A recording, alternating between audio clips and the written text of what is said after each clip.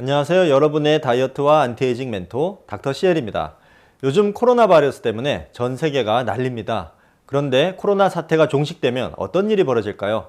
많은 기업에서 이러한 예측 불가능한 위기를 대비하기 위해 인원을 감축하고 인공지능 도입 속도를 높이지 않을까 하는 걱정 어린 생각을 해봅니다. 그런데 인공지능의 업그레이드 속도는 빛의 속도인데 인간 자체의 생물학적 업그레이드 속도는 더디기만 합니다. 이러한 시대의 흐름을 따라가려면 나의 신체도 상당히 업그레이드 시켜야 할 필요가 있습니다. 나를 업그레이드 시킨다는 것은 신체를 업그레이드 시키고 뇌를 업그레이드 시키고 내가 담고 있는 정보를 업그레이드 시킨다는 것입니다.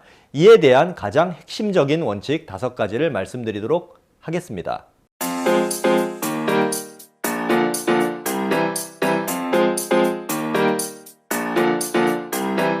첫째, 심장과 폐를 단련하라. 자신의 신체를 자동차로 비유한다면 심장과 폐의 기능은 엔진의 성능에 해당하는 것입니다. 심장과 폐를 단련하면 엔진을 업그레이드 시킬 수 있습니다.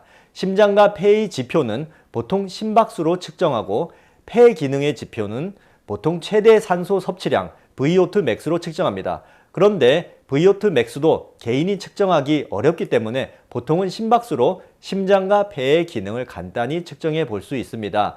최대 산소 섭취량도 분당 심박수와 어느 정도 비례한다고 볼 수 있기 때문입니다. 성능이 좋은 심장은 최대 심박수가 높아지고 평상시의 심박수는 낮아집니다. 심장이 더 빨리 뛸 수 있어야 운동 능력이 높아집니다.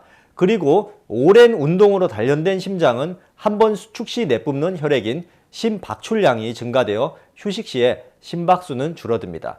최대 심박수를 측정하는 공식은 일반적으로 220에서 자신의 나이를 빼는 공식을 주로 사용합니다. 제 경우는 나이가 만으로 42세이기 때문에 220에서 42를 빼면 대략 180 정도가 저희 최대 심박수로 생각할 수 있습니다. 물론 운동선수에게는 다소 맞지 않지만 일반인들은 이 공식으로 쉽게 자신의 최대 심박수를 알 수 있습니다. 요즘에는 각종 웨어러블 장비로 최대 심박수나 최대 산소 섭취량을 측정할 수 있습니다. 저도 운동할 때마다 가민이라는 시계를 차고 운동량을 측정을 하고 있습니다. 이런 시계인데요. 운동을 할 때는 최대 심박수의 70에서 90% 정도로 하는 것이 좋습니다. 이 정도면 최대 심박수 존 3에서 존 4 정도에 해당합니다. 이 정도 강도로 운동을 하면 심장과 폐를 단련할 수 있습니다. 즉 상당히 숨이 찰 정도로 열심히 해야 심장과 폐가 단련이 됩니다. 유산소 운동은 한 번에 30분 이상은 하는 것이 좋습니다. 둘째로 근육을 단련하라. 근육을 단련하기 위해서는 웨이트 트레이닝이 필요합니다. 근육 벌크업을 목표로 하는 분들은 보통 3대 운동이라고 불리는 운동이 필요합니다. 바벨을 들고 스쿼트, 데드리프트, 벤치프레스 등과 같은 운동을 하는 것입니다. 그러나 벌크업을 목표로 하지 않는 경우에는 맨몸 운동으로도 어느 정도의 근육 단련을 할 수 있습니다. 턱걸이 푸시업으로 상체를 단련하고 스쿼트로 하체를 단련하는 식입니다. 달리기나 사이클을 열심히 하는 분들은 그 운동 자체로 하체 단련 효과가 있기 때문에 상체 단련을 위한 맨몸 운동으로 턱걸이나 푸시업을 추가로 하면 좋습니다. 저희 경우도 집 앞 헬스장에서 운동을 하거나 집에 철봉을 설치해서 턱걸이도 하고 푸시업도 하고 있습니다. 세 번째로 뇌를 단련하라.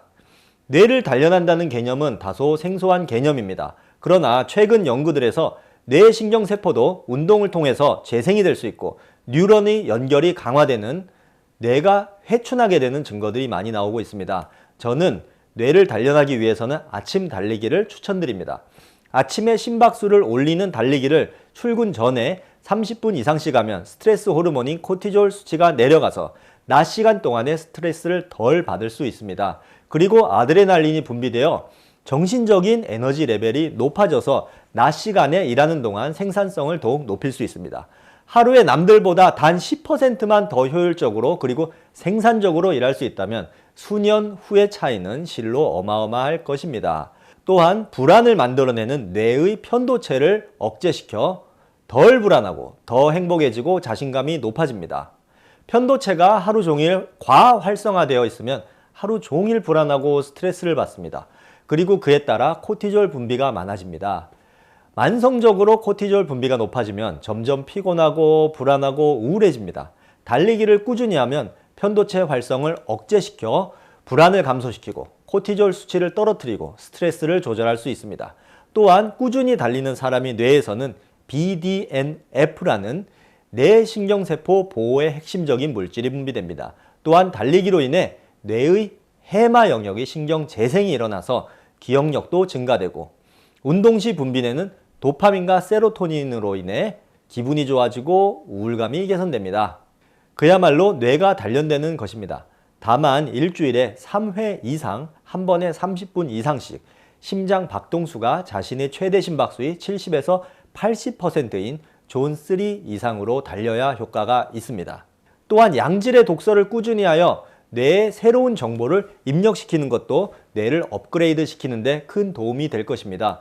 저도 독서를 매우 좋아합니다. 하루에 1시간 이상씩은 책을 읽으려고 노력을 합니다. 책을 읽어야 내가 가지고 있는 정보가 최신의 정보로 업그레이드 됩니다. 그리고 큰 그림을 볼 수 있는 시각이 만들어지고 창의력이 길러집니다. 운동을 1시간 했으면 책도 1시간 읽는 것이 좋겠습니다. 넷째, 탄수화물을 적게 먹고 양질의 지방 섭취를 늘려라. 한국인의 식단에는 탄수화물 비중이 60에서 70%로 너무 높으며 상대적으로 지방 비율은 낮습니다.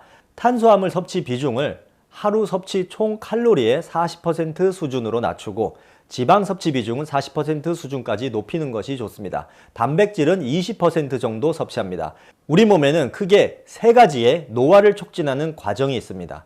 산화작용, 염증작용, 당화작용입니다. 탄수화물 섭취량이 높으면 이 3가지 반응이 모두 촉진됩니다. 산화, 염증, 당화작용은 우리 신체의 거의 모든 장기를 서서히 망가뜨립니다. 노화를 촉진시키는 것입니다. 따라서 탄수화물 섭취 비중을 낮춥니다. 그리고 탄수화물 섭취를 낮추어서 부족해진 칼로리는 양질의 지방 섭취를 높여서 보충을 합니다.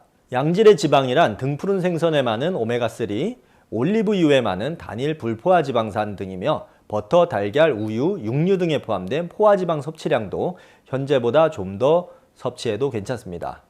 다섯째, 영양제를 먹어라. 영양제를 먹어야 하는가에 대해서는 전문가들 사이에서도 의견이 분분합니다. 평소 식사를 골고루 하고 녹황색 채소나 과일 등을 잘 먹으면 대부분의 좋은 영양 성분을 섭취할 수 있습니다. 그러나 사실 몸에 좋은 음식을 덜 챙겨 먹는 경우가 많아서 문제입니다. 일단 오메가3 지방산을 등푸른 생선 등을 통해서 섭취량을 늘리는 것이 좋습니다. 그렇지만 계속 챙겨 먹는 것이 쉽지는 않아요. 생선의 중금속 오염 문제도 있습니다. 따라서 영양제로 보충하는 것이 좋겠습니다.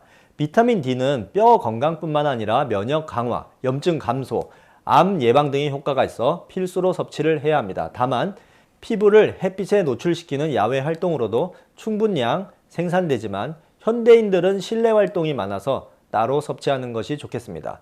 그 외에 종합 비타민으로 각종 항산화제를 섭취하는 것이 좋겠습니다. 미세먼지와 각종 오염물질 등으로 현대인은 산화 스트레스 수준이 높습니다. 산화 스트레스 감소를 위해 종합 비타민 섭취가 도움이 될 것입니다. 그리고 장 건강을 위해서 유산균도 챙겨 드시면 좋겠죠. 이상 자기를 업그레이드 시킬 수 있는 5가지 비법에 대해 말씀드렸습니다. 물론 다 뻔한 이야기라고 말씀하실지도 모르겠습니다. 그러나 이러한 원칙을 습관화시키는 것이 가장 중요합니다. 아는 것만으로 자신을 바꿀 수는 없습니다. 끊임없는 노력을 통해 이러한 원칙들을 습관화시켜서 매일매일 하루의 루틴처럼 자동화시켜야 할 것입니다. 그러면 조금씩 자신이 업그레이드 되어가는 것을 발견할 수 있을 것입니다. 감사합니다. 여기도 좀 봐주시고요. 여기 보시고 나서 이쪽도 봐주세요. 이쪽 여기도 봐주세요. 여긴 없나요?